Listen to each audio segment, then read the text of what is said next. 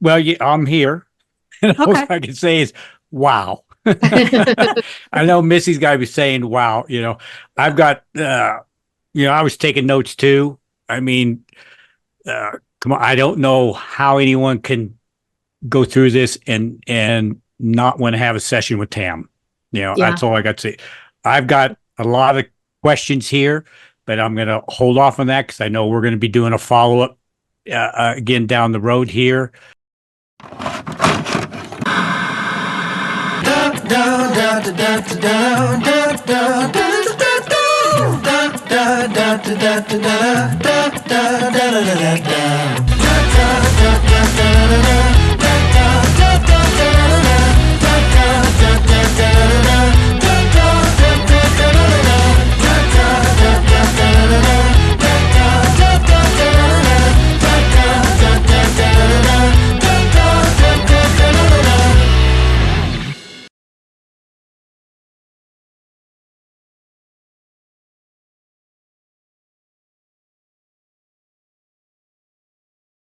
This is the Wonder Network, where we discuss healthy options for humanity. I'm Michael Lane, and today we have a very special guest, our very own energy intuitive, Tam. Now, for those of you that don't know about her skills and a little bit about what she is about, Tam is an energy and medical intuitive and is also a certified master practitioner in energy healing modalities. She is especially skilled in long distance healing work for both people and pets and has been working with people around the world for over 20 years. How you doing, Tam? Welcome back. Hi, Michael. Thank you. It's delightful to be here. How are you doing? I'm doing good. I'm doing good. It's great to see you again. And I know you. We had a reading a week ago. You did on me, and also on my little dog, my little Maltese, my little 12-pound fluff ball. And so we've had an interesting week. But thanks to your reading of detecting her dry eye, she went to a specialist just yesterday, an eye doctor, an eye vet specialist, and they confirmed that. After Oh, running wow. many tests, yeah, they ran blood tests, they did pressure. I'd never even seen this before because I even had the whole holder, and this thing. Some of you might know I've never seen it though, but it was just freaking me out because this thing comes out and pops her eyeball, and it Oh, tests the pressure on her eyeballs to make sure that there's the proper pressure. I guess holding them in the socket, and they have to do both of them. I mean, they ran all sorts of tests I was totally unaware of. But long story short, it ended up being dry. Everything else is healthy. She does have dry eyes. She's on 4 medications now for at least a couple weeks, and she goes back for a follow up in a couple weeks. Already, I will say, just in the past 24 hours, her eyes already looking better. But there is a very, very strong possibility that after we get all her inflammation settled down, because she's got 3 different eye drops, one for as a tear stimulator, another one is an antibiotic one that goes in her right eye because her right eye is the worst one. It's really inflamed, as we talked about. And then the left eye gets the steroid drop. So I got to do all these various times a day. I got to do them in a certain sequence. Plus, she takes a steroid oral pill a couple times a day. So that's all for a couple weeks. Once she gets settled down and everything is back running normal, probably going to have to do at least the regular tear stimulator drops for the rest of her life. That's what oh, they're telling wow. me. Yeah. That's incredible. Well, when it's amazing. I'm so grateful that we got that information in time to help her. Um, excuse me. What I would say to you, the information I'm getting, just to kind of give you an update from Okay. this side, that I'm being asked. So when we're ready, it would probably be maybe in a month. So I'm hearing like somewhere between the 4 to 6 week mark, maybe a little longer. Let's do a recheck. Like remind me, let me know. Okay. because there could be, once things are kind of cleared up, her energy's more balanced, and we can actually get in and look a little differently at Right. how she's recovered. Then we can literally see if there are other things we can do to remedy the situation at hand once we get the cleanup. Because I know the inflammation has to come down quickly, Right. because and now that I can say this, I didn't want to say this last week. There was a chance, based on the timing, that she would have some pretty intense eye damage in if we weren't able to help her sooner than later. So you've got her, so that means she's going to be fine. She's Yes. gonna, so there's all kinds of great things with that. But I want you to know you did all the right things. You jumped on it. Obviously, I'm glad I could help, but I'm just here as that conduit to bring in the information. No, and Information's there. We found it, yep. and that's great. But let's see if we can do more, just in case, No, right? I agree. I'd love to. No, and I greatly appreciate it. It was a little bit nerve wracking when I had to drop her off for the whole day yesterday, and I kind of got a little pit in my stomach. I was worried about some vision loss, especially in that right eye. She had because I had noticed when I was putting drops in her eyes previously on the right eye when I put the drops in, she wouldn't fight me as much, and it didn't dawn on me for a while is because when I do the left eye, she didn't like it at all. When I do the left eye, if I even got that bottle even close to her eye, she's trying to wiggle away from me. And the right eye, Sure. she was much more passive. And then if the thought finally hit me, well, maybe she's not even seeing me very well out of that right eye, is why she doesn't fight me so much. But it all turned out good. She said everything's fine. So apparently, and what they've told me, and what I've researched, and might become helpful when you do another reading on her in time, because the dry eye is supposed to be generated from her immune system. The immune system attacks the tear ducts and decreases their ability to produce the tears. Mm. And that's where that's supposed to originate from. You'd think, you keep thinking it's something in the eyeball, but everything I've read, and I've had 2 vets now telling me that it's immune system related. It's all the immune system attacks it. So if I recall, and I'd have to go back and honestly look at or re-listen to our conversation, Right. right? Because I don't always remember everything from when we go through all these pieces and parts with readings. But if I recall correctly, I believe what came up was it was a systemic immune system kind of action reaction, right? You did.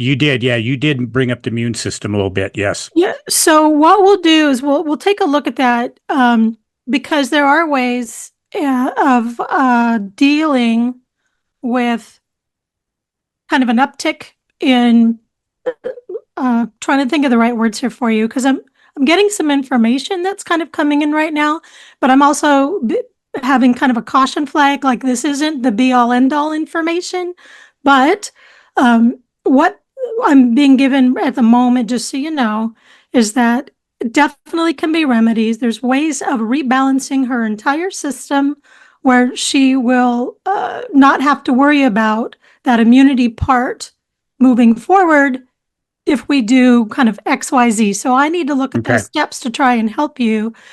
But I'm definitely hearing that not to worry at the moment because there's lots of opportunity to fix things. Okay. Right. There are some things that I'm going to say that may be a little controversial. So I'm just going to say it now. I just want you to think about it as we move forward. And I know a lot of folks in allopathic world. I don't know what kind of veterinarian she's seeing as far as a These specialist are all goes. everything that was something I was going to, because everything, so far that she's been through is all allopathic. And I Okay. was going to say, I'd be curious of what a holistic or, a homeopathic vet might say to see if there's, something else that could be done. Yeah, I think there is. And so the information that's coming through for her specifically in regards to that, and the information I want you and anyone in the audience who might be interested in these types of things know is that the allopathic world is they're great for so many things, but there is a kind of something that happens for people and pets, and this is something that I want to share just because I get it so often when I do talk with other people and for their pets too, which is there's a line or there's a conversational piece that we hear from the medical world that says your immune system is attacking this part of the body or that part of the body or you, right? Right. The immune system does not do that. The body attacking itself is commonly known as autoimmune disease amongst both allopathic and even some holistic and functional medicine doctors.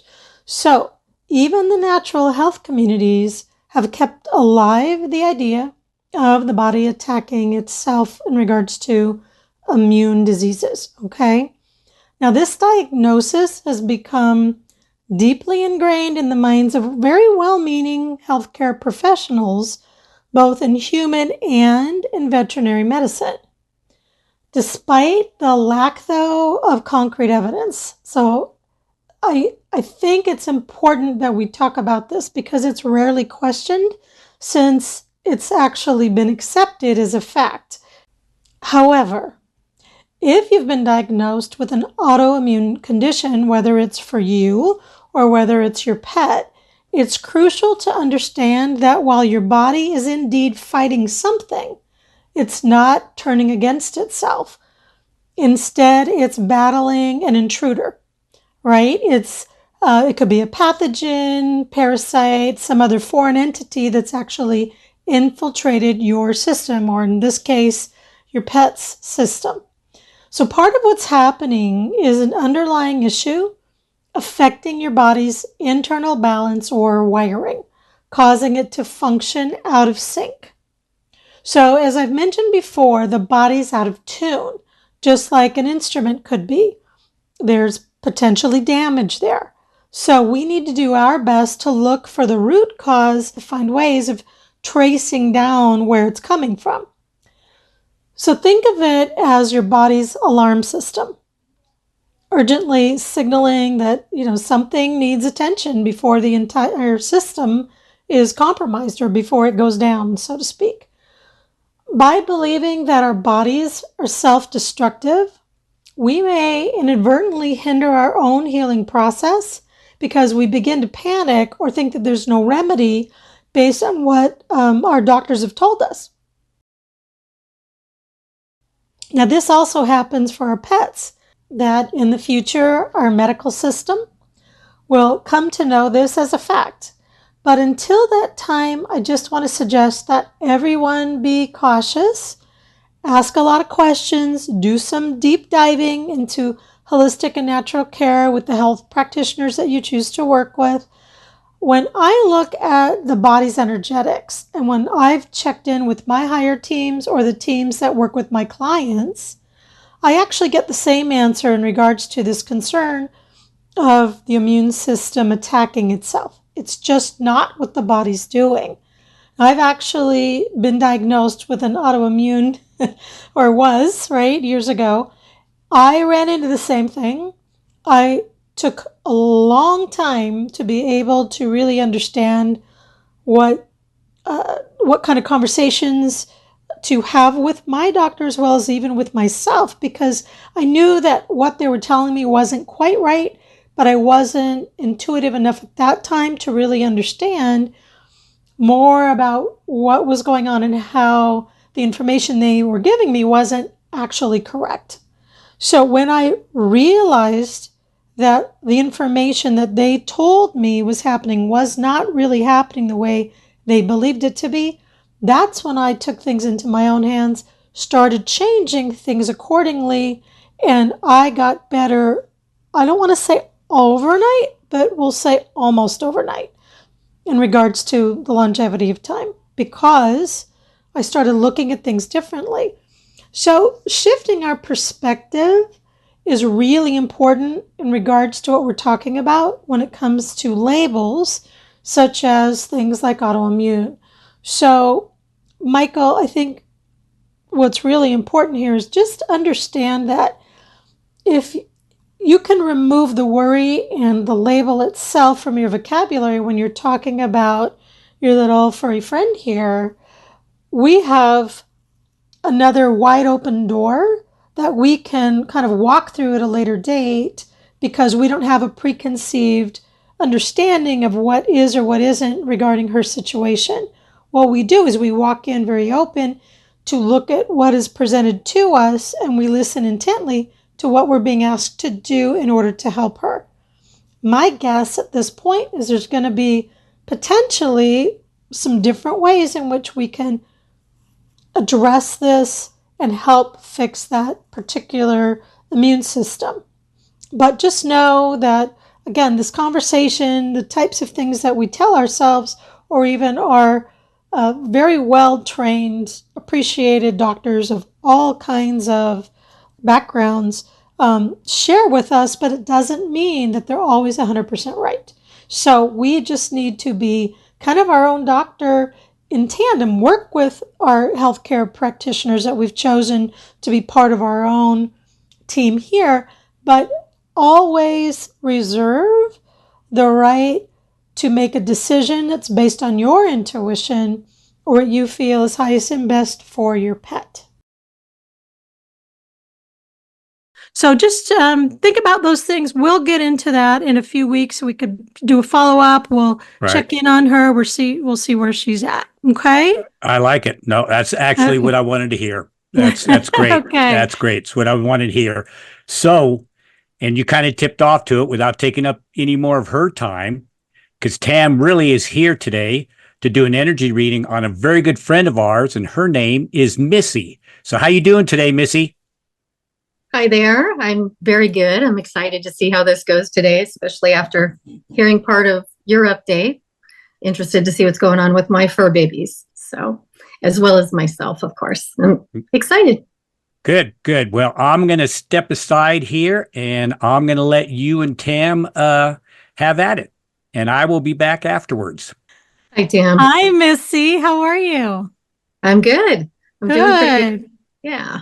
Good. Well, before we even opened up this reading, I had all kinds of interesting little things coming in. I want to see, because you've got a couple of pets anyway, right? Yes. And I have two dogs. Two dogs. Do you have another pet in the house? I do not. No, just the two dogs. Just the two dogs. Did you have one pass recently? No, okay. Actually. Okay. So we'll talk about that as I've got some information that was coming in. And we can explore that, but it might just depend on where the conversation goes. There just seems to be a third entity that wanted to keep coming in when I initially opened up the reading before Michael introduced me. And when I do that, just so you know, I'm calling in for information that is available to all of us. I don't believe that what I do is anything special. I'm like everybody here and out in the world.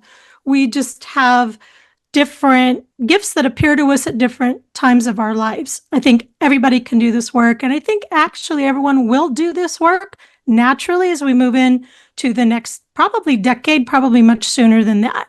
So we can talk about that as we move into the conversation, because Missy, I think you're very intuitive as well.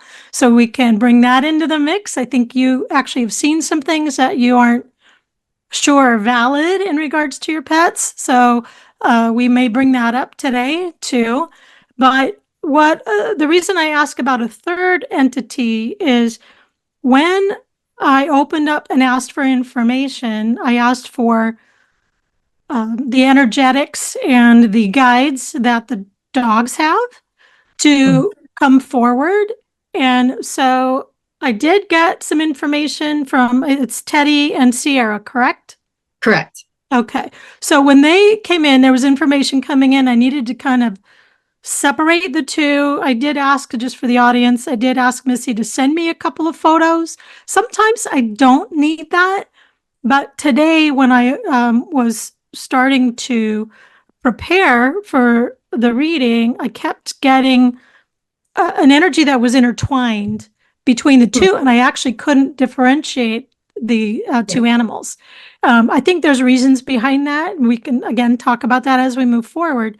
but I just kind of wanted everyone to know kind of where I'm coming from as we enter into the conversation.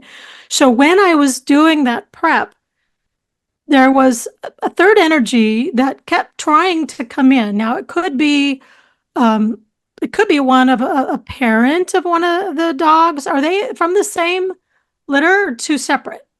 No, they're brother sister. Yeah. Oh, they are. Okay. So they Yeah.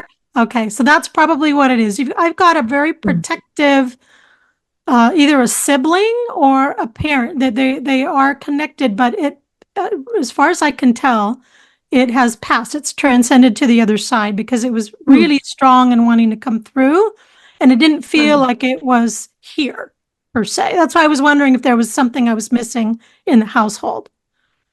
So, Yeah. They're litter mates, and I had to fly to another state to go and get them because they're a particular breed, American Eskimos. mhm. And yeah, I had to fly to get them. So Okay. yeah, So but they're very close. okay. So let's talk about them. I'm not going to worry about the third energy right now. It could be that they were just being a protective parent, so to speak, or sibling, and we'll get a little more into that as we move forward. If it matters. If it doesn't matter, sometimes they just come in because I've opened up the energetic kind of portal, if you will. And then, beings of all kinds want to say hi. Yeah. Sometimes they just want to come in and say hi. But at the same time, there was something very specific here. So let's talk about Teddy and Sierra. Would you prefer that I kind of tell you some of the things that initially came up and we kind of see if we're heading in the right direction? Sure. Yeah. Okay. And then we'll go straight into your questions so we can check on that a little more detail. So I want to talk about Teddy first. So with Teddy, what I kept getting was that there's an anxiousness or an anxiety underlying in some of the things that he's going through. Now, there appeared to be some digestive disorders there, and there's some other things going on, but those were the two that kind of jumped out initially to start with. I think there's another underlying something that's going on that's either causing it or is in relationship to it. So let's start there, and then let's see if we can get a little more detailed. And there were other things that came up, but I want to start there because I think it's causing some of the other things. Does that make sense? Yeah. So let's talk about anxiety. Do you feel or have you connected with him in any way? What's going on with him right now? Well, about a week ago, I think he stepped on a wasp. He came in and started limping, so I gave him this stuff called Apis. It's a natural thing, and then later that night I gave him a Benadryl. But he did limp for a couple days and was licking it, and I just felt bad because I didn't, he wouldn't let me touch it or to get a good look at it. But that seems to have passed now. He's been fine for days, but and I've went through some struggles on what I feed them. So I get this stuff from the butcher that's like, a montage, and they call it's human grade, but it's for dogs, but it's organ meat and fish oils and things like that. So I cook that up with either a little bit of veggies, or I switch up what I add to it. And so I give that to them, every day, a little bit. But, both of them have intermittent bathroom problems to where, they go a lot loosely, to put it nicely. And so they have that issue. I don't know. I mean, I don't have a full-time job. I'm home a lot. So I think they do get anxiety when I leave for hours at a time, like lunch and errands kind of a thing. But if I'm especially gone like 7 hours, they get pretty anxious. But they both go back and forth between stomach problems, and they always have since I got them. So I've always tried to get food that I think is good for them, but I don't know. I struggle with that. What's the best thing to give them to keep them healthy? Because they're 12 and a half now, so they are getting up there. And the last dogs I had, one was 10 and one was 15, and they died a month apart. So I've always kind of struggled with that. Being 12 and a half, they're right in between that. So I feel like, do I need to prepare myself? They're getting lumps and bumps and those kinds of things as well, now that they're older. So those are the things. I don't know if I should take them to the vet, but they're older. So it's like, how much do I want to put them through? It's quality of life for me. So that's what I struggle with. Absolutely. So let me tell you, first of all, because I'm hearing this, I want to make sure we set the foundation so you can feel, I know that you're stressed over this, because that came up when I was looking at some things for you. So we'll talk about those, and that's a natural thing we all go through. I'm going through that myself with even my dog here. So, I mean, I totally understand. It is very difficult, especially right now during the changes going on in the atmosphere, in the world. We could touch on probably any subject, and so much is related to what all of us are feeling. And I want to say, I mean, the feeling world first and foremost, but thinking too. So anxiety, some of those things aren't just for us, right? They happen to our dogs or all of our pets, cats, birds, pretty much everyone, right? All of the time in different ways. So I do believe, just to let you know, I do agree that it was some sort of wasp. I did a double check because at first I thought it might be more of a sticker kind of thing, like a plant sticker that got into the paw.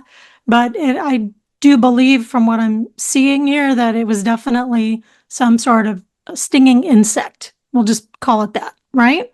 So I think you're right on with that. It feels like there's some swelling in the area. There still feels like it's tender, but just gently tender, like not the way it was last week. Yeah. The fact that if this was last week when that sting happened, I'm actually getting there was a combination. The anxiety came from obviously that where the fear of what just happened to me, because dogs don't understand that. So all of a sudden pain is intense and he's uncomfortable, and now everything around him is going to be sensitive to him. But the reason I mentioned last week is solar flares, especially this past 4 to 6 weeks, has been longer, but especially the 4 to 6 weeks has been so intense.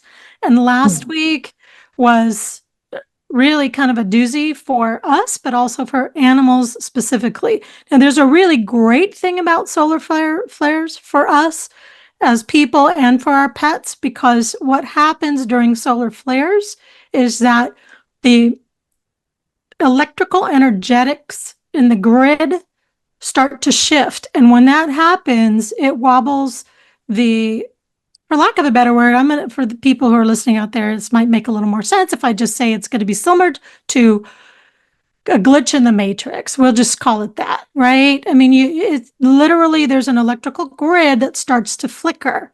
Now, there's really good things with that, because what it does is it starts to break down the veil between worlds. So we start to be more sensitive to energies, to consciousness, to our feeling world. Your psychic abilities, your intuitiveness is going to open up.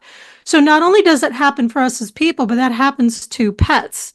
And so as I talk through this, the reason I want to mention this is because Teddy is a little bit psychic, but Sierra is really, really psychic. What we're doing at Global Healing Institute is we're taking 25 years of research and we're putting it into a simple approach to teach people.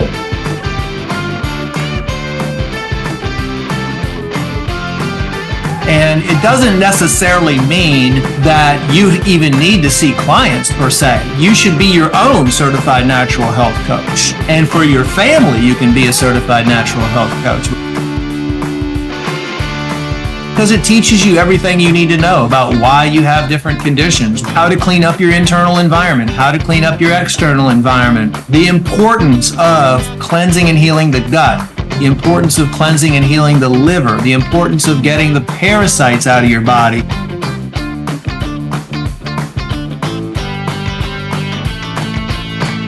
We're here to teach what good health means in our lives, creating a learning platform that motivates and inspires you to continue to learn the things that you're passionate about. ultimately so you can be the best coach for your client.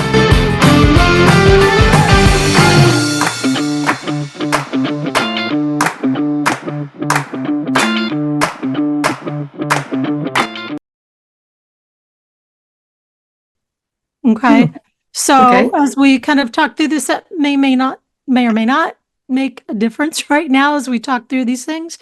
But because they're sensitive and they're seeing things beyond what we can see, their sensitivities right now are through the roof.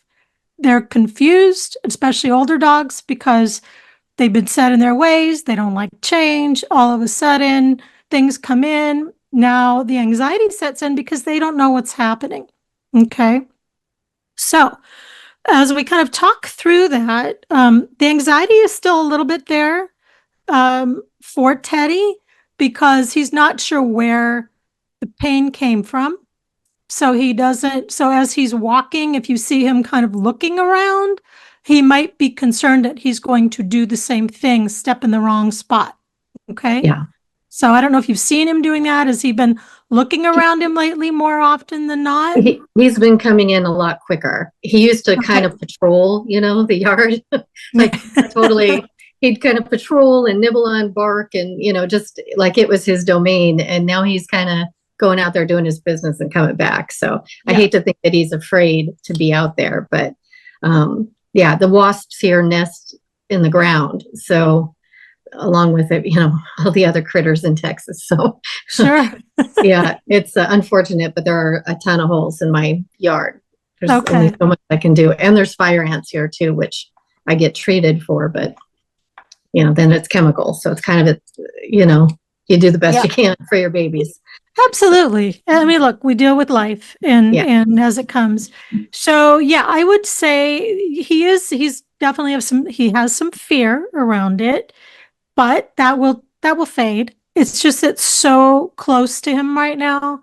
He doesn't understand. And that's really where he's at. So just know it's kind of the combination of what's happening around him energetically, along with the stinging effect, right? The fact that he got hurt during a time where he was extra sensitive and everything was magnified. So what that means right now is that everything's just magnified that much more than it usually would be. Okay. And because he's getting older, he realizes he can't do what he used to do. He can't run from something as quick, and he can't protect you. Dogs obviously have that big protection mode that's kind of built within them. So when they perceive a challenge or a fear, it's not just them being fearful for themselves. They're being fearful for you because they cannot protect you any longer, or they realize to a degree that they can't. So they would rather run in the house and feel like they're safe. And then they feel like, okay, I'm safe, which means my parent, my Human friend, my human, my partner, all those things. That means they're safe. So it's an interesting kind of thing that's going on right now, especially with little things like this that aren't so little, because when they happen to your pet and your pet is hurt and you can't see it, you can't find it, and you may not have the dollars to go in and do some, research with imaging and blood work and all of that stuff. It's tough, right? And quality of life is important. So anyway, so you are doing all the right things. So I want to tell you that all your guides and their guides, because they do have guides, they're all saying, you know what? These things happen. It's okay. There's nothing wrong here in that regard, but there are some other things going on. This just happened to be an inconvenience. Okay. So, I'm not seeing an infection at this point, but I don't know if you've done this. I know that you, the only thing I know about you, I think, really, is that you do like essential oils. Did you use any on his paws? I did a little lavender, Okay. and then the Apis and the Benadryl, but that was it. Okay. He runs when I get the essential oils out. He just hauls it. He does not like the essential oils. I'll use Digest-N sometimes on their bellies if they've got tummy issues, but Okay. but the lavender, yeah, he really just likes it. He ran from me, but I got a little on there. But Well, that's good. So that's the right should thing I to do. do You could some do more? yeah, I would do a Okay. little bit more. So if you could do just a little bit, it doesn't have to be too much. Might even be a little spray bottle. I'd put maybe a little aloe Okay. and like a table. Here's what you could do. Uh, let's see. Let me think about this so I give you kind of the right recipe. I'll look it up and I'll put it on the screen. I use this for my dog for, he's older, he's 15, and he's starting to get dry skin because I'm down in Arizona, so it's very, very hot here. So he's getting a dry skin, and then also his fur, because he's curly haired dog, he doesn't shed, so it just curls up in mats. And I can't get a brush to him. He's so sensitive to everything too right now. So I'll put up on the screen kind of a spray bottle recipe that's got like a conditioner in it. So you can use that for any dog that needs extra little moisture in the skin, but also good for loosening up any kind of matted hair. Okay. But basically, it has things in it like there's a little bit of glycerin as a binder, but primarily it's aloe, a little jojoba oil, fractionated coconut oil, a couple of drops of lavender. But I'll get you the exact recipe. That is really great because it's great for irritation. And because the aloe, it's healing. Everything in it is healing. So this way, it's just kind of an easy thing. Keep the bottle on hand for moments like that. And then if you need it for other things, that's great. But it actually helps with wounds. So this would be good. Okay. Great. So we'll do that.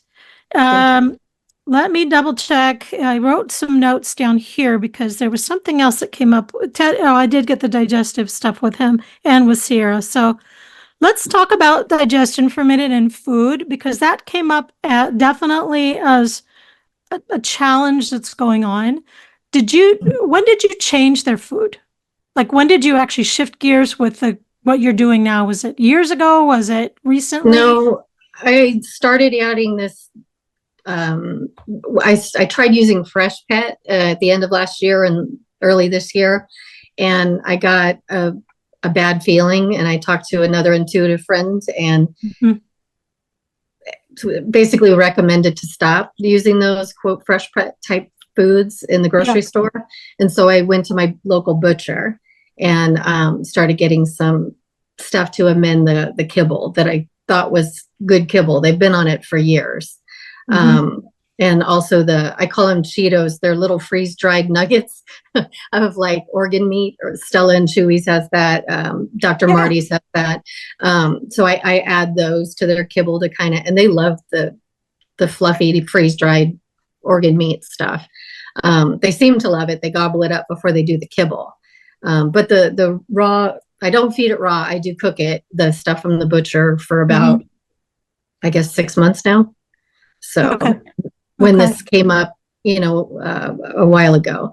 So I don't know if it's not working for them, then I need to figure something else out. Or is it good to add that? What does their team say? Well, so right now, what I'm getting is that there's definitely a problem in that food. Okay. I think based on what I'm hearing is it's the organs. So when you start,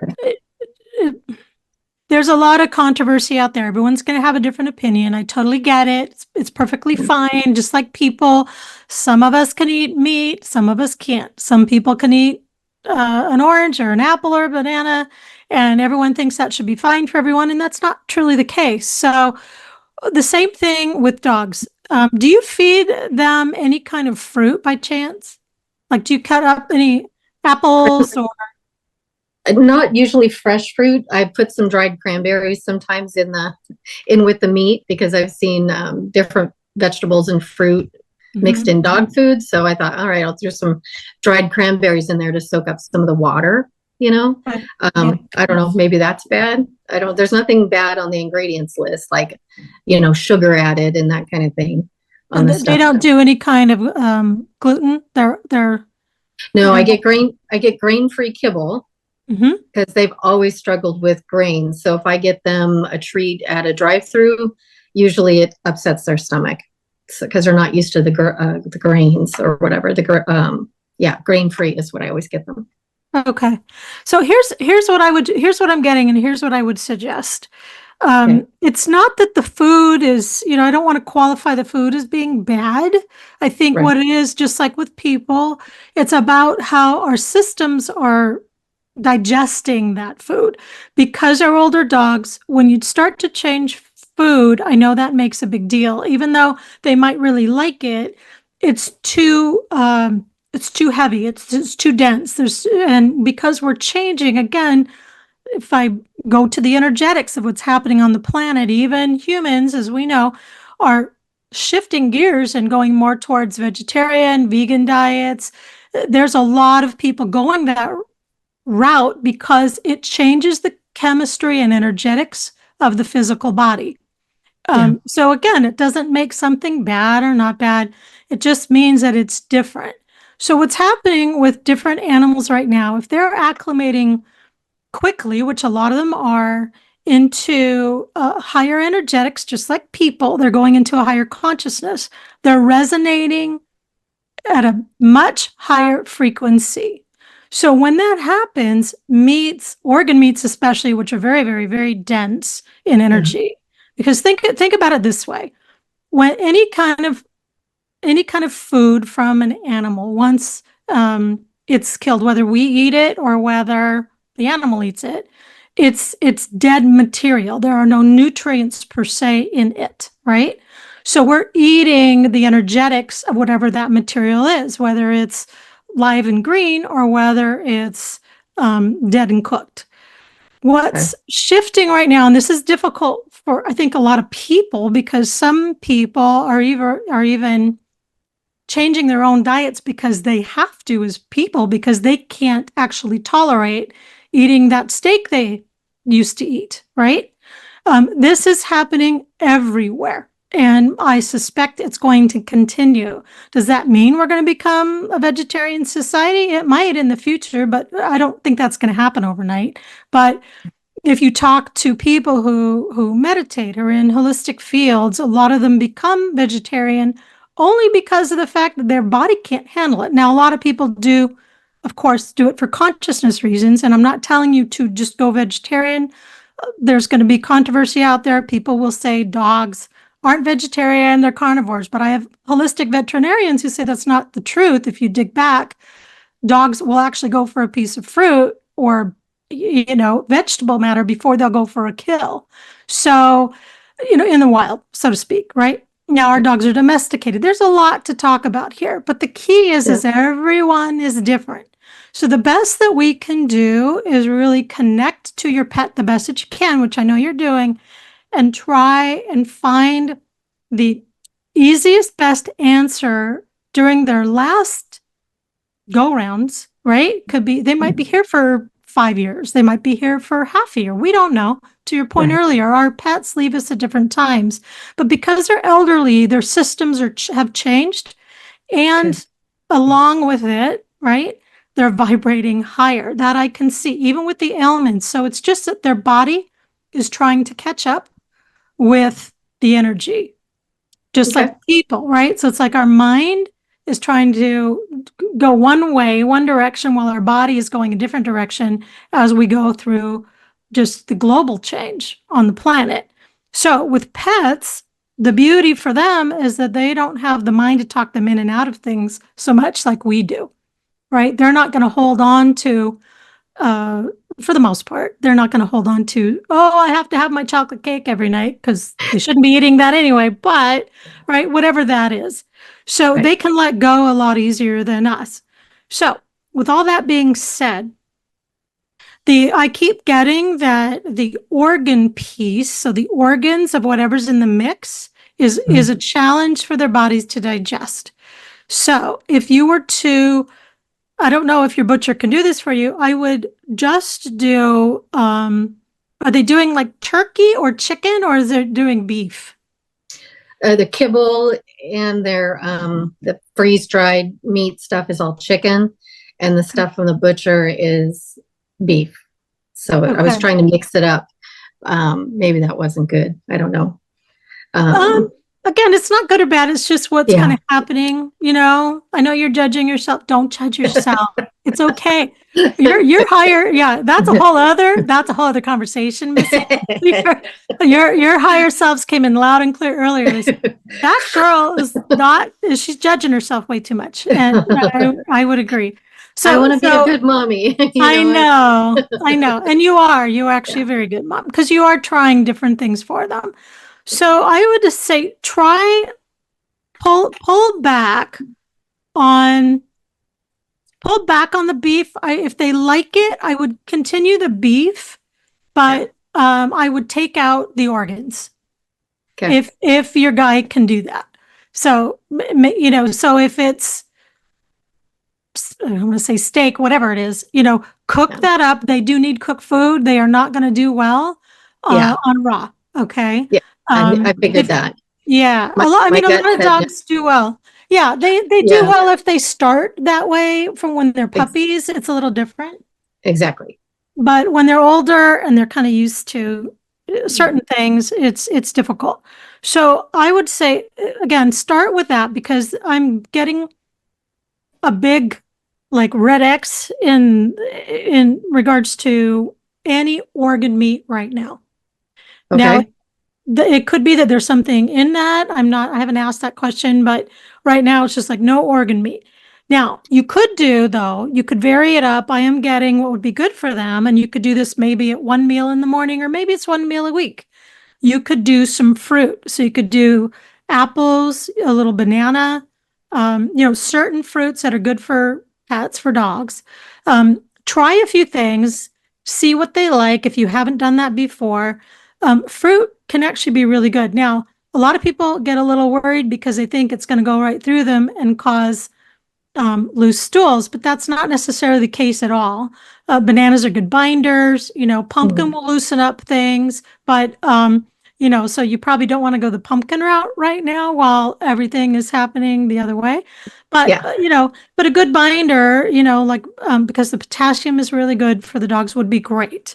Another thing you can do. But I was going to mention this to Michael too, for his little dog. Celtic sea salt. So what I'm seeing for both Sierra and Teddy is that they're both, and this happens a lot as dogs get older too. Mineral contents change in the biome of the animal. So the Celtic sea salt can be really great. But you don't want to put it just in their water. A lot of people do this, but it's not the way to go. So what you want to do is you could just take a couple of little pieces of Celtic sea salt, just a little pinch, tiny pinch, and not any salt. So it has to be Celtic because that's a raw salt, right? Mm-hmm. So you're going to take just a teeny pinch. You can put it on your finger for them to lick it or stick it on their tongue. Then if they're good water drinkers, they might go to their water and drink immediately. And that's the hoping. That's where, you're going to hope for that.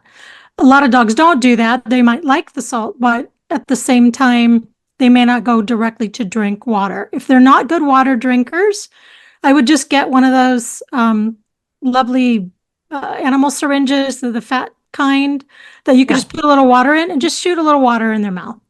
All right? That helps just kind of get it going. When you put it on the tongue, it goes right into the system. Your dog will get all the minerals that it needs. And you just do this little pinch, could be every day, every couple of days. That can help greatly because now the mineral contents are working in the body quickly and will help balance everything else that's going on. Does that make sense? Yeah. Okay. Mm-hmm. Okay. So let's see. So that was Ted. What other questions for Teddy? Was there any others specifically on that? He has hardened chest. Like it started out with these fluidy lumps, and they've hardened over the years. And I'm very gingerly if I pick him up to go in or out of the truck. Is he in a lot of pain, or should I be going to the doctor regarding this, or is he fine enough? Or Yeah. So okay. And does Sierra have those as well? Hers are in different areas, like but she has them. Yeah. right? It's- And they're because that's what small, I'm but yeah. saying. So I was going to bring this up at the end, but we'll talk about it now since you brought it up. Good. The ones on Sierra, they're not as hard as Teddy's. Is that correct? Mhm. They're Yeah. soft. Okay. Softer. Yeah, softer. Okay. So so here's what I'm going to tell you, and I don't want you to panic or anything. Usually when those lumps are soft, they're fine enough. It's like a fatty tissue. Sorry. So the fatty tissue, most cases when it comes to pets, if they're soft, you can leave them. There are ways to get rid of them, but at their age and what they're going through, I don't know that I would talk about a protocol because it would probably be too involved to have to go through it all for them and for you. Okay. We could talk about that though, if you want to, but what I'm seeing specifically though, is that when they're soft, normally if you took them into your traditional vet, they can do surgery and cut them out. It doesn't stop them from growing back, but that is kind of a normal thing for pets these days. Unfortunately, it's because of the world we live in. Okay. Yeah. It's the toxins out there and what's happening. But are they harmful? Technically, when they're soft, no. When they are hard, though, yes, they go into the potential of being cancerous. Okay. So that's why I don't want you to panic. There are things that you can do. Yes, you can go in and you can go to the vet. Here's what I would have. I think you've thought about this already, so we'll talk about it now. Is that it's quality of life, pure and simple. Would you, if you knew that they were a problem today and you went into the vet and they said, oh, yeah, it's cancer, then by the time they tell you it's a $20,000 surgery or whatever it's going to be, are you going to do that? Okay. If the answer is no, you're not going to do that, you want quality of life, let them be, there's a chance that even if it's cancerous, right? Even if it is cancer, that Teddy will still live a full life that he intended and it will not affect him in the way that most people would assume. But we have to look at our belief system. It's tied into what we do for our pets. So we can live with cancer cells. We can live with certain things and they can be at bay and we wouldn't even know it. We do all the time. However, with our pets, obviously, we have to look at things differently because we're making decisions for them on their behalf. That is the hardest thing ever. So I totally get it. But I don't see Teddy in a situation that is going to be a dire straight kind of scenario for you or for him. So he's living, and I'm hearing he's going to live to the fullest that he can live to. He has a trajectory, he has a time that he will depart, but during that time frame, this is not going to be what takes him, so to speak. He would live his time either way. So I don't know if that makes sense, but basically, I'll try and put it a different way because I'm just getting a lot of information here, probably more than what we really want to talk about, which is why I'm trying to decipher pieces for you. But all in all, when they're hard, that's a concern, okay, in the overall world. Can you do something about it? Yes. There are some things. I'm going to make some suggestions.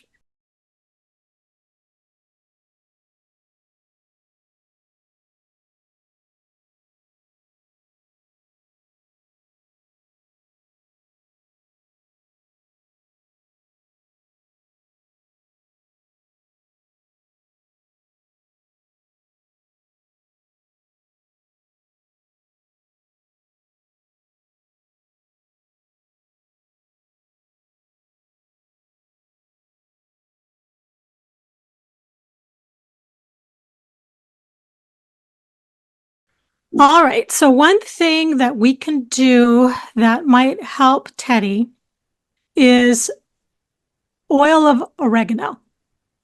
So oil of oregano, believe it or not, is actually really, really great for dogs because it basically has got the antibacterial, antiviral, it's antiparasitic, it's also antifungal, right? So things that can help in two different ways is that you can actually give him oil of oregano. That kind of thing I know is hard. It's in regards to the taste, because even all of us, as humans it's so strong, but there are ways to kind of diffuse it to be able to, because you want to dilute it. You never want to give it to them straight anyway, in regards to, on their tongue, that kind of thing. It just burns. But if you dilute 2 to 3 drops in a teaspoon of MCT oil, or even almond oil would work, you can give this to your dog like 3 times a day. And then you can also use it for like topical use. So you can mix a drop of oregano oil with a teaspoon of the almond oil, and then kind of rub it on, especially the gently on the areas that are hard. So that's what I would recommend there. Other things, like if you see anything where the skin starts to break at all, if you have any of that going on, or if it starts to flake, because that can happen on those particular lumps, you can also incorporate like Manuka honey. And if you do that, Manuka honey is amazing. I mean, it's sticky, obviously, but the one thing about it, if you apply it to certain areas, you could literally even add a little colostrum to it. It'll actually stimulate any kind of wound healing. But those types of things are amazing. And it also helps, the honey helps with digestive problems as well. Helps take down the anti-inflammatory, kind of thing too.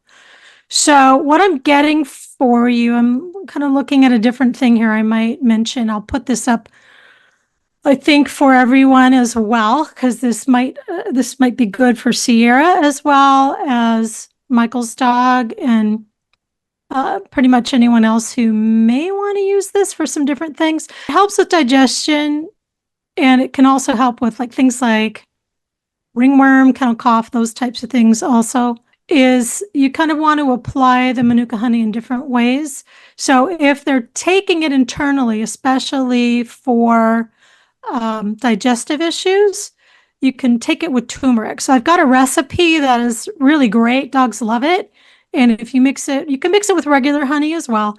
But when you're really looking for medicinal assistance, when you're going in to really remedy something specific, you want to use the Manuka. And you want to use a Manuka honey that has a UMF of 10 or more plus. So they have numbers associated with them. For anyone who's not familiar with Manuka honey, it's more of a medicinal honey.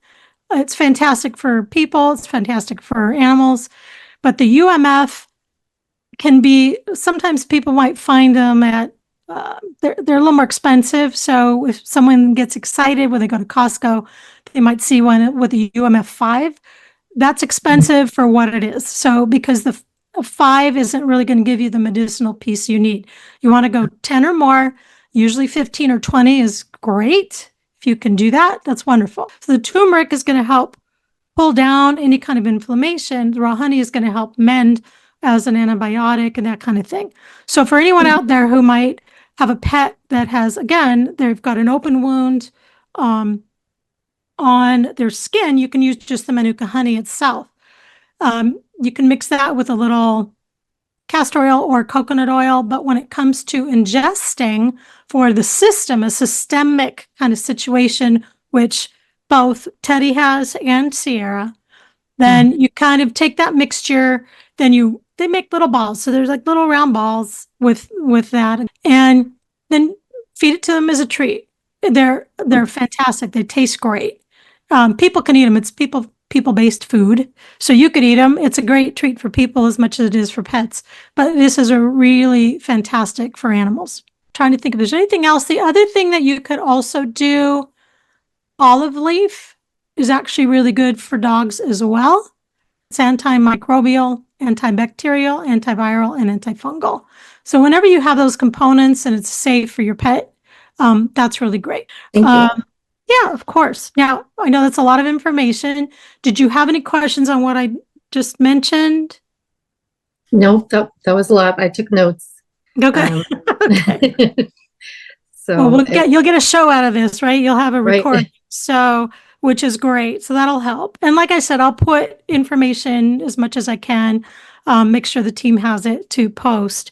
Let's talk about Sierra real quick, because I know she's got some things going on as well. I'm not worried about the fatty tissue that she's dealing with, similar to it's. I think everything I'm being told is that this is kind of natural for this type of breed. Is that this does happen in this breed? There are certain breeds that have these, fatty tissue kind of things. However, I am seeing something, and is she having a problem or anything that you might be aware of with an eye? Well, I'm wondering, they're starting to get a little bit cloudy, Okay. She does have a weird little bounce, like she Her kind right of, eye? Is it in her right eye? her whole body will Oh, her bounce whole back, body. Okay. and she loses her balance, and her jumping skills have decreased. Like she misses, or she'll be standing there and she'll just kind of fall, a little bit. She's been having a neurological thing. I've looked it up. It's called white shaker dog syndrome or something. And the vet said that there's not really a treatment. It's not epilepsy. It's not a seizure of any kind. So it's just a weird little, like a spasm. And it's gotten worse. It's been going on for like half her life, like for 4 or 5 years now. So, but it's definitely getting worse. But her eyes, I have not noticed anything. So I'll have to pay more attention. Like there's something going on with that, but I think it's related. So, So the reason I mention that is just pay attention to it. I don't think you have to worry about it at this particular juncture, from what I'm being told. The things that we just talked about, even though I know we were talking about Teddy, but we know that they live together. If you do one for one, you're going to do it for the other. And actually, the things we've talked about today will help both dogs, so it's not a problem. But what I am getting is there is something, I'm seeing it in her right eye specifically, almost like it's a lazy eye, but it is something that is causing maybe a little bit of blurring for her. And if she's losing her balance at times, it could be because the eyesight, there's a pressure kind of happening. I have a feeling what's going on is those little bumpy lumpies that you're seeing on the outer part of the skin are happening in the internal as well. And so there's a little bit of a lump that I think is causing some pressure in her neurological, on one side of her brain. It's actually, I think, on the left side, but it's obviously affecting her right vision. I think with doing these pieces, what I'm getting from the teams here is that you will actually, if you just pay attention to that, if you see it get worse, let me know, we'll reassess her. But right now, if you do the turmeric, you do some of the other things we talked about, that will start to reduce the inflammation anyway.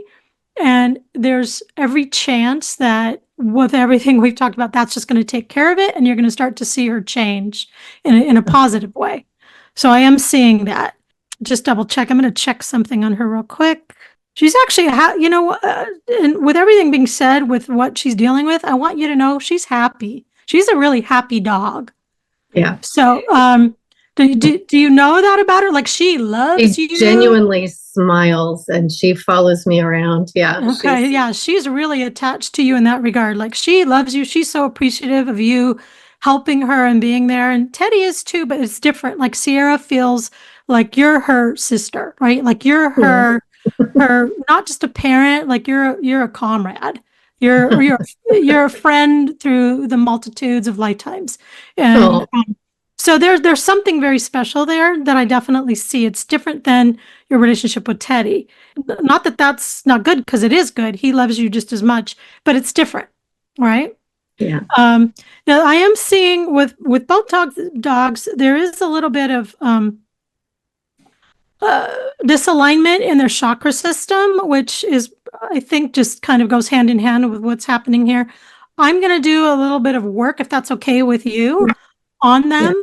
So I'm going to do that right now, but obviously I'm not going to make everyone sit and wait, but I do want to do that for just a minute. We'll have the team edit this out, but I just want to make sure, because it's just going to be silence for everybody. It'll be boring, but I think we can actually just kind of perk them both up a little bit by just doing this. I see it, especially in Teddy right now. with his chakra system. So are you okay with that? If I do Mhm. that? Yeah. Okay. Okay. Give me a second. There we go. Yeah. I knew dogs are amazing. They react so positively to energy that it's unbelievable how fast they recoup. So, okay. So we're good there. What else was Sierra other than she's dealing with the same digestive situation? I can tell. Yeah. Yeah. Yeah. Okay. She's very sensitive that way. Her tummy has always been sensitive. Just the seizure-like things that you answered that. So we've got that's a lot. That's a lot on the dog. So Yeah. Yeah. yeah, Well, like I said, everything we talked about truly can be done for both dogs. And I think you'll see, let me see if I can check in on a trajectory. Let's see, 1, 2, 3, 4. So what I'm hearing is that it'll be about 5 weeks before you see like a major difference. But if you pay attention to these little things and you go into the next 2 to 4 weeks with the intention of just seeing them happy and whole, all of that good stuff. You really can just hold that energy for them, hold the space while you do some of these other things. Quite possibly see a completely different dog in 5 weeks. Like you're going to be surprised at how well they're both doing. And that'll be good for us to check in. I'm curious because I know they're dealing with a lot, but I am seeing that can be, definitely can be changed. very good. Okay. Yeah. Take a deep breath, everybody. Okay. Yay. Michael? Well, yeah, I'm here. And all Okay. I can say is, wow. I know Missy's got to be saying, wow. I've got, I was taking notes too. I mean, come on. I don't know how anyone can go through this and not want to have a session with Tam. Yeah. That's all I got to say. I've got a lot of questions here, but I'm going to hold off on that because I know we're going to be doing a follow-up again down the road here. Because I know you, Emma, I know you've got some questions about your dog, and I'm anxious to hear about those. So what did you have that you wanted to ask Tam about? Thank you so much, Tam. You're amazing. And I just can't help. I would love if you have time just to ask a question or two about my dog. Well, I have a dog. She's 3 years old and I live in Texas. So, there's so many things in Texas. I think Missy would know that we have to deal with. One of the things, of course, is like it's flea season. It's also super hot out.